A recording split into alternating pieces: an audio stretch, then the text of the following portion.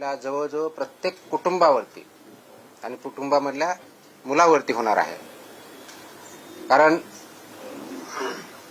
मुलांना जर आपण व्यवस्थितपणे फूड दिलं, बॅलन्स डाएट दिलं, न्यूट्रिशन दिलं आणि ते जर आपण इम्प्लिमेंट करू शकलो तर सेफ फूड मधलं सर्वात मोठं पाऊल हे ठरणार आहे, ज्याच्या अनुषंगाने त्याचे कल्चर आपण ज्याला म्हणजे संस्कृती, फूड संस्कृती ती इम्प्लिमेंट होईल, ती तयार होईल आणि पर्यायानं आपलं healthy child, healthy human being त्याच्यातून त्याचे परिणाम दिसायला सुरुवात होईल. आणि म्हणून त्या अनुषंगाने आपण ही काल ऑर्डर काढलेले आहेत आणि ऑर्डर इम्प्लिमेंटेशन आपण पुढच्या काळामध्ये करणार आहोत. तर राज्यातील प्रत्येक शालेय विद्यार्थ्याला सुरक्षित, सकस व संतुलित आहार मिळावा यासाठी अन्न सुरक्षा या अनुषंगाने राज्यव्यापी अनुपालन आदेश आपण इश्यू केलेले आहेत. याच्यातले ठळक वैशिष्ट्य असं आहे की महाराष्ट्रातल्या सर्व शासकीय, निमशासकीय, अनुदानित, खाजगी, निवासी, नॉन रेसिडेन्शियल आणि सर्व मंडळ, मग ते एसएससी असेल, सीबीएसई असेल, आयसीएसई असेल, आयजीसीएसई असेल, आयबी असेल, कोणत्याही बोर्डची शाळा जरी असेल त्या सर्वांना हे लागू आहे. एडेड असेल, अनएडेड असेल, प्रायव्हेट असेल, गव्हर्नमेंट असेल, हे कोणतंही डिस्टिंक्शन याच्यामध्ये नाही. सर्व शाळांना हे लागू आहे.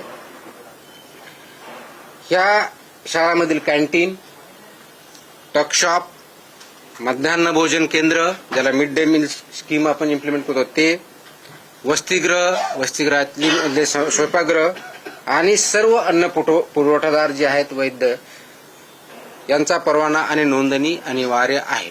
म्हणजे काय, शाळेमध्ये जे कॅन्टीन असेल किंवा जे मिड डे मील स्कूलमध्ये जे प्रोव्हाइड करतात ते असतील किंवा अंगणवाडीमध्ये जे कॉन्ट्रॅक्टर असतील यांना हे फक्त फसाई लायसन्स असणारेच असू शकतात. जर नसतील तर त्यांना लायसन्सवालेच अपॉइंट करावे लागतील.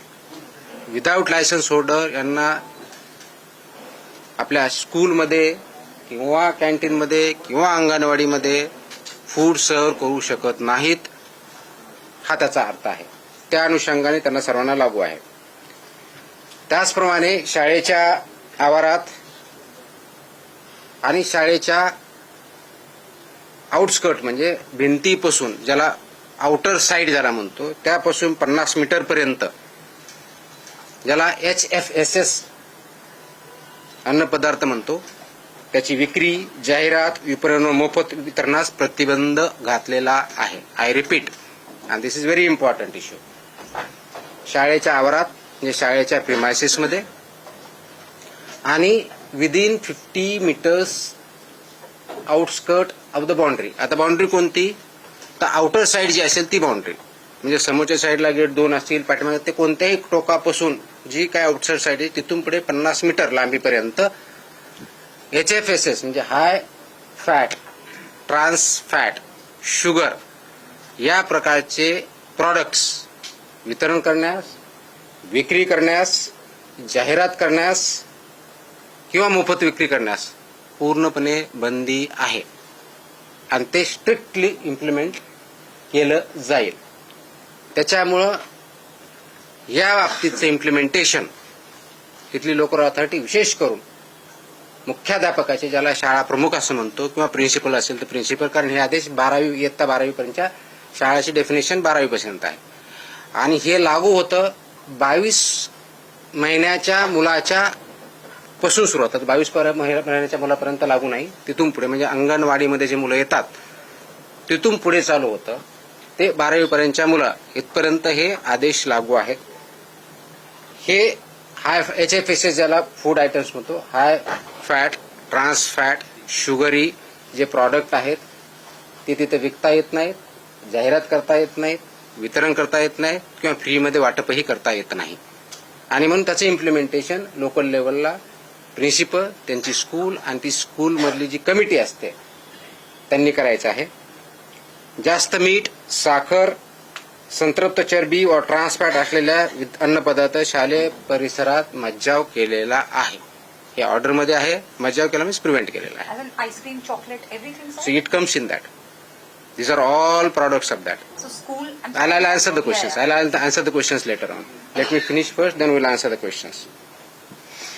शक्यतोवर विद्यार्थ्यांना तिथं जे फूड द्यायचंय ते होलसम फूड असावं हे अपेक्षित आहे. फ्रुट्स असावेत हे अपेक्षित आहे.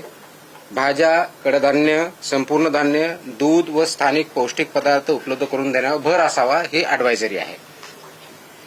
त्याचबरोबर प्रत्येक शाळेत हे पिण्यायोग्य पाणी, स्वच्छता, अन्न साठवणूक, तापमान नियंत्रण, कीड नियंत्रण आणि कचरा व्यवस्थापनाची काटेकोर अंमलबजावणी जिथं फूड सर्व्ह केलं जातं किंवा प्रिपेअर केलं जातं याची इम्प्लिमेंटेशन होणं अपेक्षित आहे.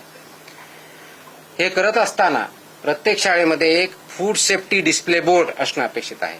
आता फूड सेफ्टी डिस्प्ले बोर्डवरती काय तुमचा व्हेंडर कोण आहे, त्याचं लायसन्स काय आहे, कोणत्या प्रकारचं फूड तिथं दिलं जातं, त्याच्या काय व्हॅल्यूज आहेत हे लिहिणं अपेक्षित आहे. त्याचबरोबर फूड सेफ्टी सुपरवायझर हेही नॉमिनेट करायचं आहे. त्यांनी हे बघायचं आहे की हे फूड सेफ्टीचे नॉर्म त्या ठिकाणी पाळले जातात.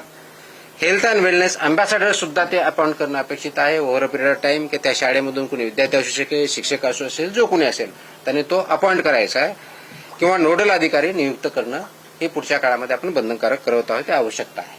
जेणेकरून हा आपला सेफ फूडच्या बाबतीतला, न्यूट्रिशनल फूडच्या बाबतीतला, बॅलन्स डाएटच्या बाबतीतला अवेअरनेस आणि सेन्सिटायझेशन विद्यार्थ्यामध्ये, शिक्षकामध्ये, शाळेमध्ये आणि पॅरेंट्समध्ये केला जाईल हे त्याच्यातून अपेक्षित आहे. प्रत्येक शाळेची वर्षातून किमान 2 वेळा अन्न सुरक्षा तपासणी आम्ही करणार आहोत, किमान 2 वेळेस, आणि किमान एक अन्न नमुना संकलन करून त्याची तपासणी करणार आहोत. तर ह्या ऑर्डर आम्ही ऑलरेडी आमच्या विभागाला दिलेल्या आहेत आणि त्याचं इम्प्लिमेंटेशन आपण करणार आहोत. नियमभंग करणाऱ्या ज्या शाळा आहेत, कॅन्टीन आहेत, पुरवठादार आहेत किंवा विक्रेते असतील त्यांच्या विरुद्ध ज्या प्रमाणात ऑफेन्स असेल सुधारणा नोटीस देण्यात येतील, परवानाच्याबद्दलची कारवाई करण्यात येतील, सस्पेन्शनची करता येईल, फूड जे आहे त्याच्याबद्दल जप्ती कारवाई केली जाईल आणि आवश्यकता वाटले दंड किंवा प्रॉसिक्युशन सुद्धा करण्यात येईल. यामध्ये इम्प्लिमेंटेशन मध्ये सर्वात महत्वाचा रोल जो आहे तो शालेय शिक्षण विभागाचा, स्कूल एज्युकेशन डिपार्टमेंटचा आहे. शिक्षण मंडळ जे आहेत आपले जे बोर्ड असतात त्यांचा आहे. लोकल बॉडीज म्हणजे जिल्हा परिषदेच्या शाळा असेल तर लोकल बॉडी किंवा कॉर्पोरेशन असेल तर म्युनिसिपल कॉर्पोरेशन किंवा काउन्सिल असेल तर काउन्सिल यांचा पण महत्वाचा रोल आहे. अन्न सुरक्षा अधिकारी आपले ज्या विभागाचे आहेत, फूड सेफ्टी ऑफिसर्स त्या एरियाचे आणि जिल्ह्याचे असिस्टंट कमिशनर जे आहेत त्यांचा महत्वाचा रोल आहे. स्कूल मॅनेजमेंट कमिटी जे आहे त्यांचा आहे. पालक आणि विद्यार्थी हे सगळे याच्यामध्ये स्टेक होल्डर्स आहे. या सर्वांचा सक्रिय सहभाग आणि पालन करणं बंधनकारक आहे. प्रत्येक शाळेला ईट राईट स्कूल हे कॅम्पेन बंधनकारक आहे. हे ईट राईट स्कूल कॅम्पेन गेल्या अनेक वर्षापासून आपण राबवतो, पण ते इफेक्टिव्ह राबवणं गरजेचं आहे. त्याच्यामुळे ईट राईट स्कूल आपण जर करू शकलो तर ईट राईट जे आहे घरी सुद्धा जाईल आणि ते कल्चर बनेल हे त्याच्यातून अपेक्षित आहे. म्हणून त्यामध्ये शालेय कॅन्टीनला आरोग्यवाच्या आहाराचे आदर्श केंद्र कसं तयार करता येईल या दृष्टीचा आमचा प्रयत्न असणार आहे. सुरक्षित आरोग्य, निरोगी बालपण, सक्षम महाराष्ट्र या दृष्टिकोनातून आपण हे संकल्प करत आहोत आणि त्या दृष्टिकोनातून ही राज्यव्यापी मोहीम आपण मिशन मोडमध्ये आपण काम करत आहोत.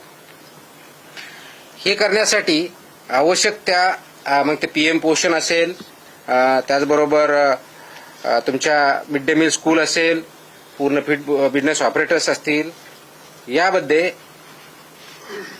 22 वर्षानंतरच्या